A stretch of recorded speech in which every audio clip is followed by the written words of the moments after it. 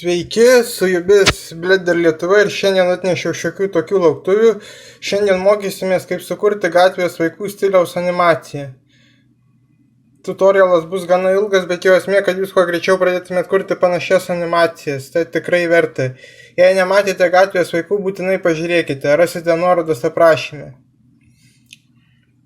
Pradėkime nuo to, kad jums reikės instaliuoti tam tikrus addonus, kuriuos irgi rasite aprašyme. Tiesą sakant, jų atsiuntimas toks chaotiškas padarytas ir toks netvarkingas, kad aš nežinau, kokius addonus reikės instaliuoti.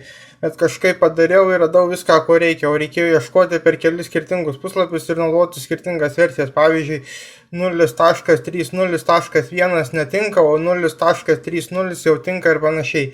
Tad visus reikiamus addonus sukelsiu į aprašymą. Naudokite Blender 3.6 versiją, nes kitų versijų kažkas neveikia. Jei kiltų klausimų arba kas nors nesigautų, rašykite komentaruose, pabandysiu pagelbėti. Galime pradėti. Pirmiausia, mums reikės atsisiųsti tokią programą Make Human ir per ją sukurti savo personažą. Čia reguliuojasi viskas: lytis, amžius, ūgis, svoris, apačioje rodo informaciją apie jūsų personažą. Taip pat galima reguliuoti lyties nustatymus, liežuvius ir panašiai, bet studijuosite jau patys. Dabar aprenkime savo personažą. Tai galime padaryti Geometry tabe.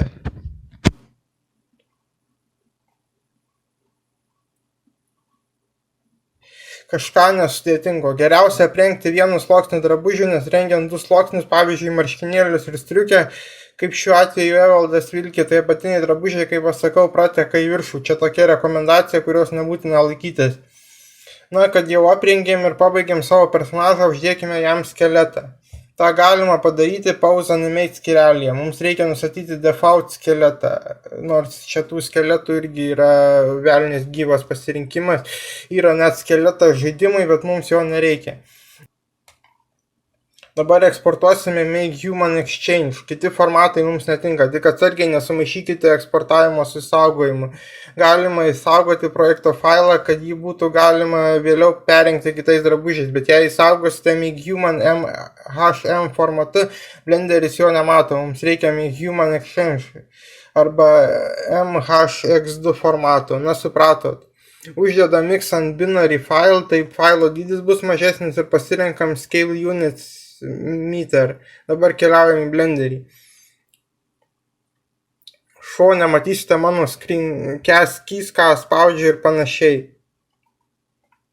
Paspaudžiame Import Make Human MHX2, atsidaro tokia panelė. Paspaudžiam Override Exported Data, pasirenkam Proxy, Face Shapes ir uždedam ant Subsurface varnelę. Merge Body Parts, jei norite, kad visas modelis būtų vientisas, nebūtina, nes gali tekti reguliuoti specular nustatymą shading sekcijai, jei būtų per daug specular ant plaukų, tarkim. Rig Type MHX, kitoks mums visiškai irgi netinka, tad pasirinkimo čia nedaug ir svarbiausia uždedam varnelę ant Face Panel. Jei ką praleisite, bus galima pakartoti iš naujo. Palaukiam, kol importuos, tai gali šiek tiek užtrukti. Yra ir kitų būdų, kaip importuoti personažus iš Make Human per soketą, kaip jie vadina, bet tuo būdu neina valdyti veidų, tai jis mums netinka. Palaukiam, kol importuos mūsų veikėją. Kaip matote, ant Evaldo pratekėjimai, tai yra, kaip aš vadinu, kaip jau sakiau, marškinėliai išlenda į viršų aukščiau striukės kai kuriuose vietose.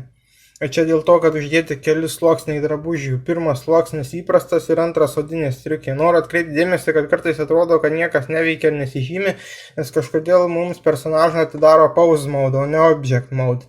Todėl reikia pasirinkti Object mode čia kampe. Tai dabar susireguliuojam kamerą, kad matytųsi tik veidas. Šitą jau turėtumėt mokėti, reikia kamerą sureguliuoti taip, kad matytųsi tik veidas. Pasižymim skeletą, susirandam tokią panelę, aš net nežinau, kurį yra be ieškojimo, tai parodysiu iš lėto, tai kaip vadinasi, kad matytumėt, ten yra sekcija Visims. Čia matote mūsų raides, netariamus garsus, galite pasižaisti, galima animuoti po vieną garsą, bet taip daug darbo, tad neapsimoka. Nors rezultatas turėtų būti geresnis keletą kartų nei tokiu būdu, ką ketinu parodyti. Mums reikia importuoti Moho failą, bet kas tas Moho ir kaip mums jį pasidaryti. Tad mums reikės programos, kuri vadinasi Papagao ANG. Įkeliam garso failą, mes į ją atsidarę. Aš įkelsiu originalų failą iš Gatvės vaikų garso įrašų bibliotekos. Pasižiūrėkime, kad FPS būtų geras ir sutaptų su mūsų projektu, nes paskui kalbėjimas gali atrodyti šiek tiek per greitas. Papagao ANG nemoka iš garso išrašyti, kas ką sako. Čia garsas įkeliamas, kad būtų lengviau, kaip orientacinio pobūdžio, kad būtų lengviau užrašyti fonemas, kas ką sako. Papagao ANG veikia pagal angliškas fonemas, kad ir kokią kalbą pasirinksite. Geriausia lietuvių kalbai rinktis anglų kalbą, nes yra Pidgin biblioteka neatpažįstamiems garsams, kurių mes lietuvių kalboje turime nemažai. Tai č, ž, š ir panašiai, ypač š. Paspaudžiame breakdown ir iššoka tokia lentelė. Tai čia yra Pidgin biblioteka, kur reikia suspausti nežinomus garsus, bet jinai Pidgin biblioteka kartais nesuveikia. Tada aš ką darau, tai naudoju rusų kalbą, rusų fonemas, nes rusai turi ž, č tuos garsus. Principas panašus, tik tiek, kad nėra Pidgin bibliotekos ir tokias raides kaip š kartais reikia rašyti kaip sh, kaip anekdotose, kaip sako, oi, čia taip kalbėtų, anaip kalbėtų personažai.